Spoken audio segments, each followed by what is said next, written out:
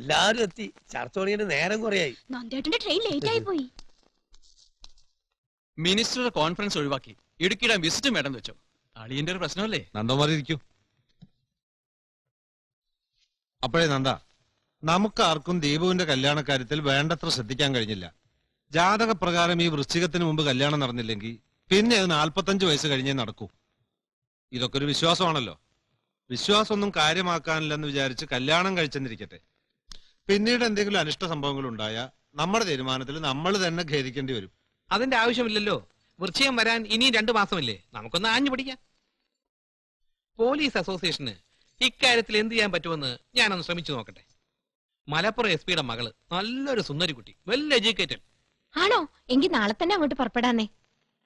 പക്ഷേ കഴിഞ്ഞ മാസം ആ കുട്ടിയുടെ കല്യാണം കഴിഞ്ഞു.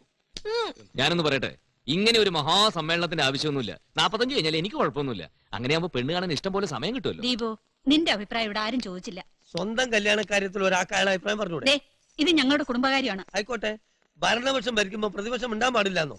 അമ്മ അയാൾക്ക് ഇത്രയും വളമച്ചു കൊടുക്കുന്നത്. ചന്ദ്ര, എല്ലാവരും ഇന്നിവിടെ വിളിച്ചു വരുത്തിയത് നിന്റെ തമാശ കേൾപ്പിക്കാനല്ല.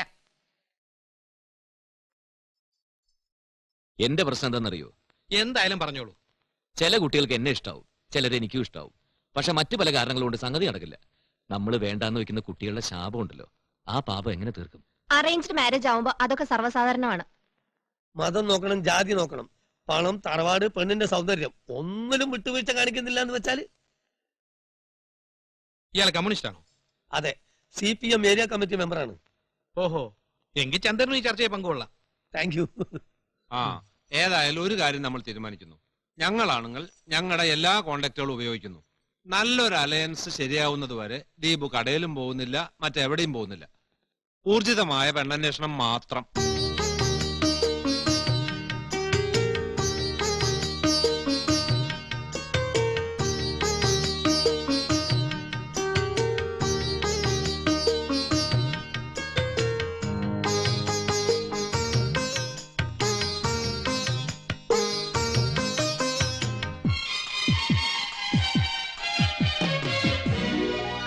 എല്ലാം കൊള്ളാം, പക്ഷെ കുട്ടിയുടെ ചിരി കാണാൻ ഒരു ഭംഗിയില്ല.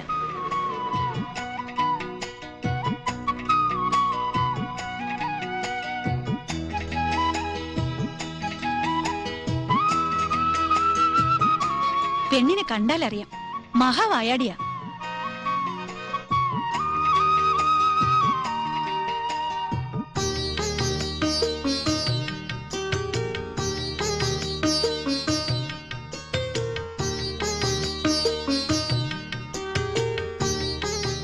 ദൈവന് പറ്റിയ ഉയരമില്ല.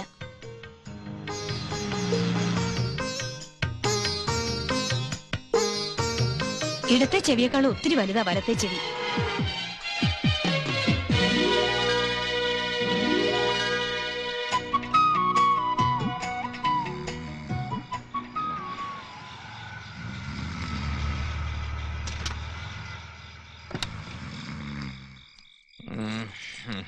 ഏത് വീടാ? പെണ്ണ് റെഡിയായോ? ഓ, നമ്മുടെ വീടെത്തിയോ? അമ്മേ, ഇതെന്താ ഇത്ര ഇരുട്ടിയത്? ഇന്ന് നല്ല കനത്ത പോളിംഗ് ആയിരുന്നു അമ്മേ. 3 ഡിസ്ട്രിക്റ്റുകളിലായിട്ട് 7 വീടാ കവർ ചെയ്ത്. എന്നിട്ട് ഒരെണ്ണമെങ്കിലും ശരിയായോ? അത് പറ. ചിലതൊക്കെ കിട്ടി, കിട്ടിയില്ല അല്ലേ? പക്ഷെ അവസാന നിമിഷം കൈവിട്ടു പോയി. അമ്മേ, ഒരു പെൺകുട്ടി ശരിക്കും ഒത്തു വന്നതാ. കാണാൻ സുന്ദരി, നല്ല തറവാടും. പക്ഷേ അവളുടെ മുടി കണ്ടപ്പോ എനിക്ക് ചെറിയൊരു സംശയം. അറിയാത്ത പാവത്തിലെ ഞാനതങ്ങ് പിടിച്ചു വലിച്ചു. അപ്പതേ കിടക്കുന്നു. എന്ത് എത്ര നീളത്തിലുള്ള തിരുപ്പനെ? അതെ, ഒന്ന് ചോദിച്ചോട്ടെ, ഇതിപ്പോ മലയാളി കുട്ടികൾ തന്നെ വേണമെന്നുണ്ടോ? അല്ലെങ്കിൽ അഖിലേന്ത്യാ തലത്തിലൊന്ന് അന്വേഷിക്കായിരുന്നു? അല്ല, കേരളത്തിലെ വീടുകളിൽ നിന്ന് കിട്ടുന്ന ലഡു, കായവറുത്ത് മുതലായ സാധനങ്ങൾ തിന്ന് മടുത്തു. അഖിലേന്ത്യ ആവുമ്പം എന്തെങ്കിലും പുതിയ പലഹാരങ്ങൾ തിന്നാൻ കിട്ടുമല്ലോ. എല്ലാ വീട്ടിലും ചാടിക്കയറി അവര് തരുന്ന ലഡുവും കായ വറുത്തൊക്കെ തിന്നാനേ ഇയാളോട് ആരാ പറഞ്ഞേ? വീട്ടുകാർ തന്നെ തിന്നണ്ടേ? അല്ലെങ്കിൽ അവരെന്ത് കരുതും? മതി മതി, സംസാരം നിർത്ത്. അമ്മേ, അമ്മയുടെ കുഴമ്പ് ലേശം വേണ്ടി വരും. ഒന്ന് തേച്ച് തിരുമ്മി കുളിക്കണം. ലേശം കുഴമ്പ് വേണമെങ്കിൽ ചേച്ചി കിട്ടോ. നാളെ കാലത്ത് പരിപാടി പിന്നെയും തുടങ്ങാനുള്ളതല്ലേ? പറയുന്നതിലൊന്നും തോന്നരുത് ചേച്ചി. മാധവേട്ടൻ മരിക്കുന്നതിന് 10 കൊല്ലം മുമ്പ് വാങ്ങിയതാണ് ഈ കാറ്. ആ 10 കൊല്ലത്തോട്ടം ഈ കഴിഞ്ഞ 10 ദിവസം കൊണ്ട് ഓടി. ഇപ്പൊ കാറിനും വയ്യ, എനിക്കും വയ്യ. ഒരു 2 ആഴ്ചത്തെ ലീവ് വേണം, കിട്ടിയേ പറ്റൂ. അതിപ്പോ വൃശ്ചികത്തിന് മുമ്പ് കല്യാണം നടക്കണമെങ്കിൽ ഇല്ല. ഈ വൃക്ഷത്തിൽ നിന്നല്ല, ഈ നൂറ്റാണ്ടിൽ ഒരു വൃക്ഷത്തിലും വേണ്ട. ഇനിയിപ്പോ ഞാൻ പറഞ്ഞിട്ട് അറം പറ്റണ്ട. എനിക്ക് എന്തായാലും ലീവ് വേണം, ഇല്ലെങ്കിൽ ഞാൻ മരിച്ചു പോകും. എങ്കിൽ പിന്നെ ചന്ദ്രൻ മരിച്ചിട്ട് വാ, എന്നിട്ട് ലീവ് തരാം. ഒരു ദിവസം നിങ്ങളൊക്കെ പത്രത്തിൽ വായിക്കും, അമിതമായി ലഡുവും കായവർത്തവും ഭക്ഷിച്ച് ഡ്രൈവർ ചന്ദ്രൻ അന്തരിച്ചു. ഹലോ, ആ ചേച്ചിയോ? അയ്യോ, തീരെ വയ്യ ചേച്ചി. ഇവിടെ ഒരുപാട് കാര്യങ്ങൾ ചെയ്തു തീർക്കാനുണ്ട്. പ്ലീസ്, ഇന്ന് എന്തായാലും വേണ്ട. അല്ലെങ്കിലും നമ്മൾ ഒരുമിച്ചുള്ള പെണ്ണ് കാണാൻ പോക്ക് അത്ര ലക്കല്ല. ഇന്ന് എന്നെ ഒഴിവാക്കിയിട്ട് നിങ്ങൾ മാത്രമായിട്ടൊന്ന് പോയിട്ട് വാ. മാത്രമല്ല, പെണ്ണ് കണ്ട് കണ്ട് കൊള്ളാവുന്ന പെണ്ണേത് കൊള്ളാത്ത പെണ്ണേത് എന്ന് തിരിച്ചറിയാനുള്ള എന്റെ കഴിവൊക്കെ നഷ്ടപ്പെട്ടു പോയി ചേച്ചി. അല്ലല്ല, അത് മതി. ആ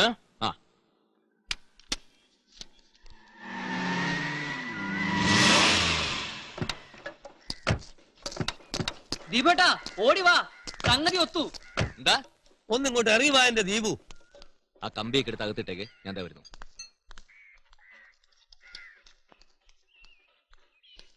ദീപു ഉഗ്രം തറവാട്, ഉഗ്രം പെണ്ണ്. ദീപുവിന്റെ എല്ലാ പെങ്ങന്മാർക്കും പിടിച്ചു, എനിക്കും പിടിച്ചു. ആരെ? എടോ, ഇന്ന് ഞങ്ങള് കാണാൻ പോയ പെങ്കൊച്ചില്ലേ, അവളുടെ കാര്യ പറഞ്ഞേ.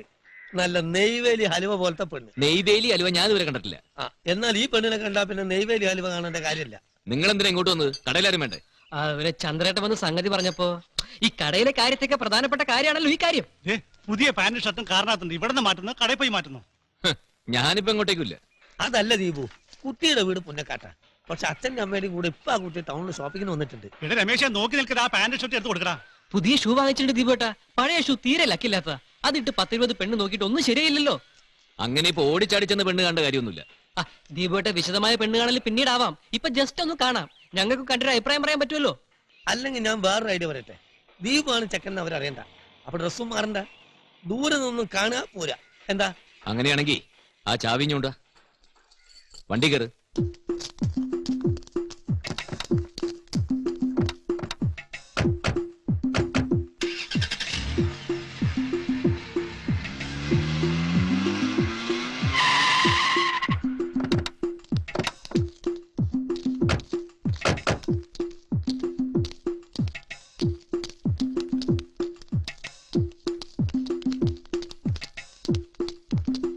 അതല്ല, വാ.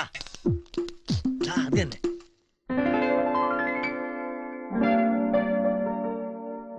ആ ചുരിദാർ ഇട്ടതോ? അതല്ലടാ, ആ പാന്റ് ഷർട്ട് ഇട്ട്.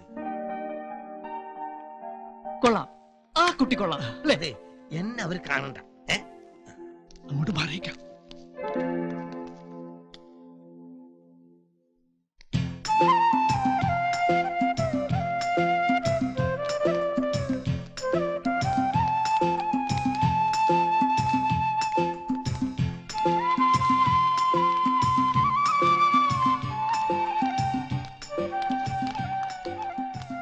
എങ്ങനെയുണ്ട് മോനെ ദീപു? ഇഷ്ടപ്പെട്ടു, ഇഷ്ടപ്പെട്ടു.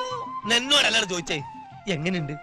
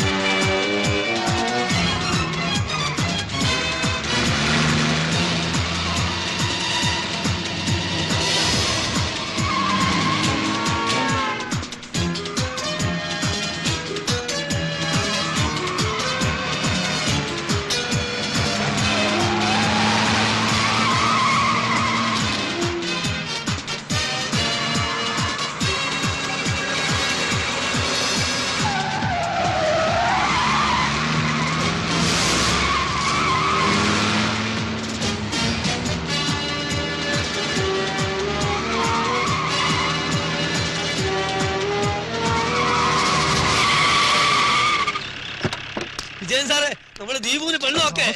എന്താ അയാൾ അടിക്കുന്ന വിഷയം വരാം, മാറിയിരിക്കും. ഇവൻ കാരണം സ്പിരിറ്റിലോർ കടന്നു കളഞ്ഞില്ല സാർ. സാരമില്ല. താനെന്താ പറഞ്ഞ? ദീപുവിന് പെണ്ണൊക്കെ സാർ. ആ സന്തോഷ വാർത്ത സാറിന് അറിയിക്കാൻ. Yes, it's a wonderful news.